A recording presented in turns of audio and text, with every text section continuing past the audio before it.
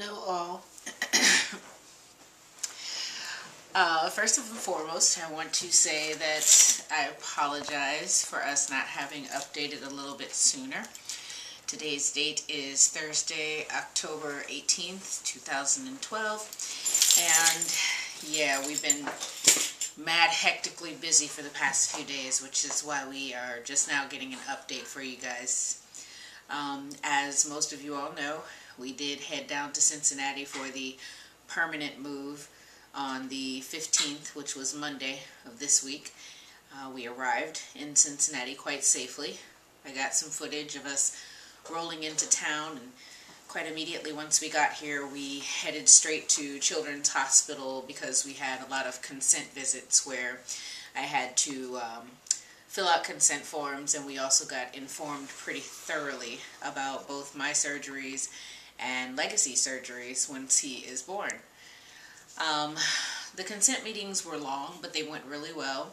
We got quite a lot of information that we didn't have before. One big piece of information, namely, is that we have a due date projected for Legacy.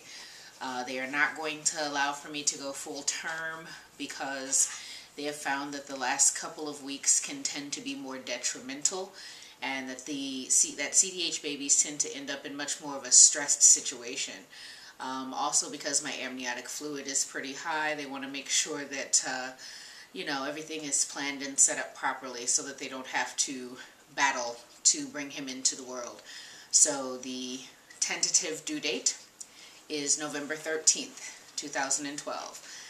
If I make it to 38 weeks, that would be my 38-week date. If I make it to that date without going into labor, they will deliver Legacy via exit emergency cesarean section.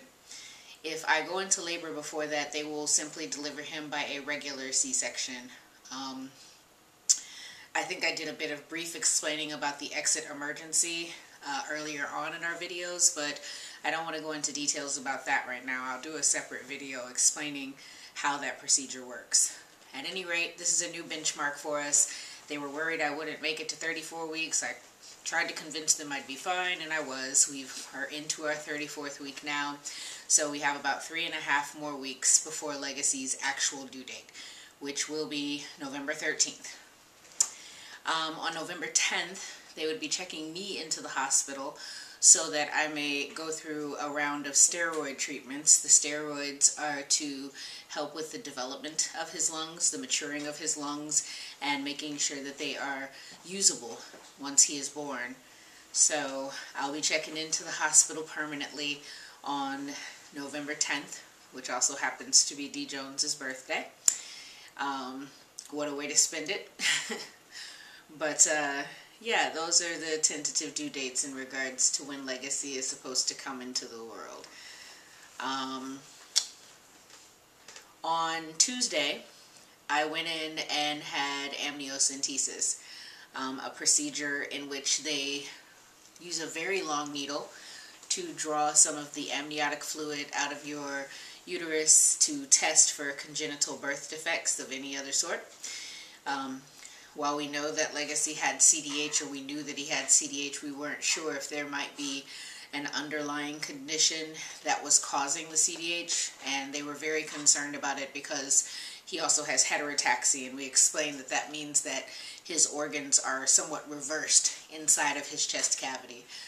So they wanted to make sure that he wasn't carrying any other congenital defects that would cause these problems, and would also prevent him from surviving once born, because it would completely change our care plan if he did have any condition that would cause that.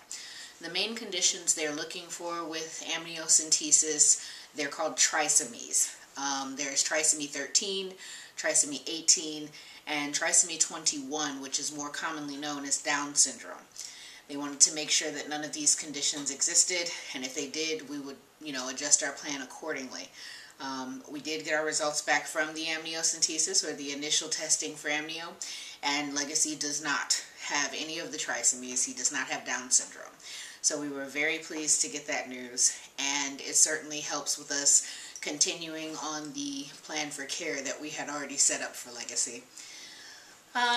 Today we went in to have some blood work done. They wanted to do some further testing with his amniotic fluid, and in order to have that happen, we had to have blood work done. They also wanted to confirm our blood types to make sure that there's some on deck for Legacy once he's born. The ECMO machine transfuses blood through the baby constantly, so it is necessary for them to know our blood types and to make sure that we don't have any problems as well in regards to using blood to transfuse him with. So we did blood work today. We also sat down and had a really good long conversation with our social worker. We're still waiting to get into the Ronald McDonald House, and that one's it's a beast as far as the waiting is concerned. But we got some really good news today from the hospital in regards to assisting us with our hotel bill while we're waiting to get into the Ronald McDonald House. And so it was a very positive meeting.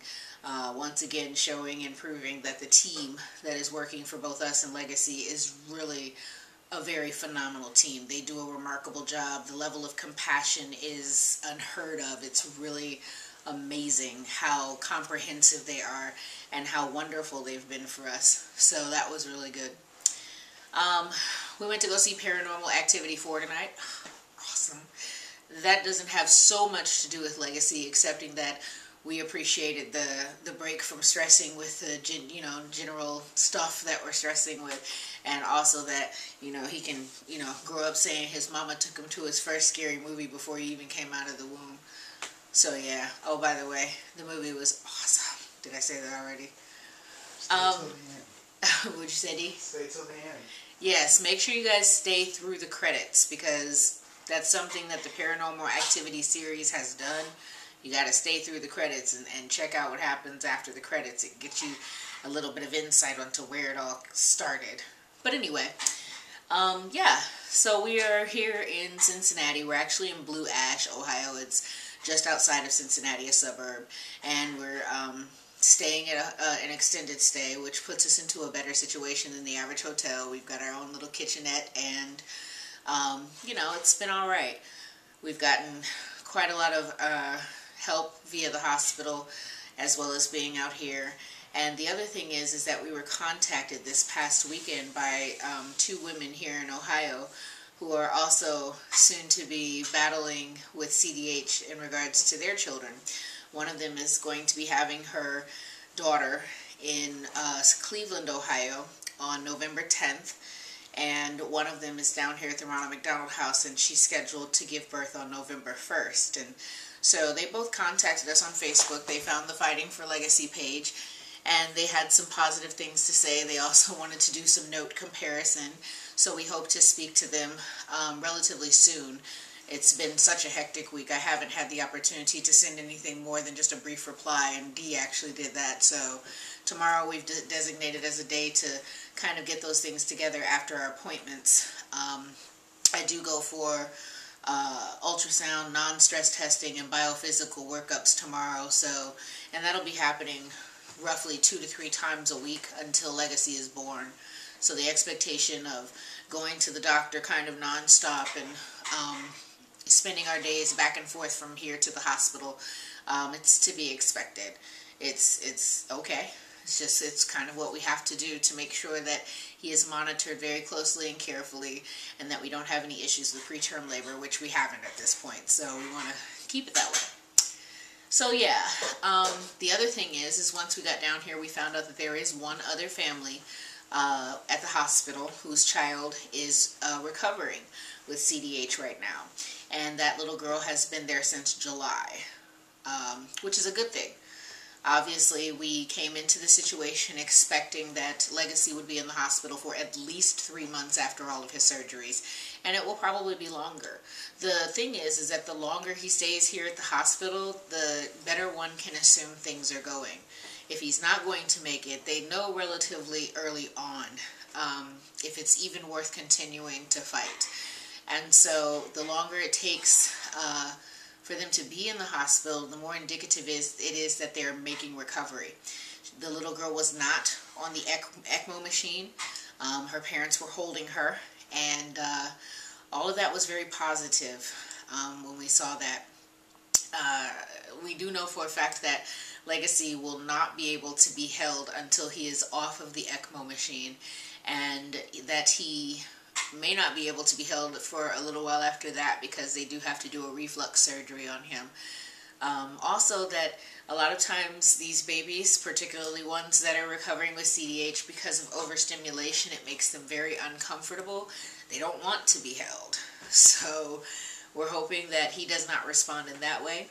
The nurses are going to walk us through very carefully to show us what sorts of touch and feel work for him and what will help to satisfy his needs as our son.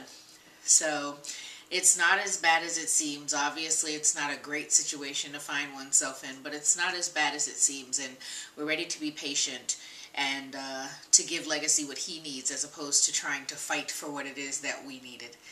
So we'll be posting this video with these updates, and Dee and I also have a little bit more footage to put together that we'd like to share. He did record the amniocentesis the other day, not for liability reasons, but just for our own sake, so I think we'll probably end up putting that up as well. There's a couple of other things we'd just like to share with you guys, and once again, we're extremely appreciative for all of the support that we've been getting. We don't want anybody to forget that, you know, yes, we need your prayers, we need your positive thoughts, but that you can also make donations via our WordPress blog page, and those donations are much needed and much appreciated. So we do thank you very much for all that you've done so far, and even if all that you're doing is keeping up with us via these videos, we truly appreciate that you care enough to share this experience with us.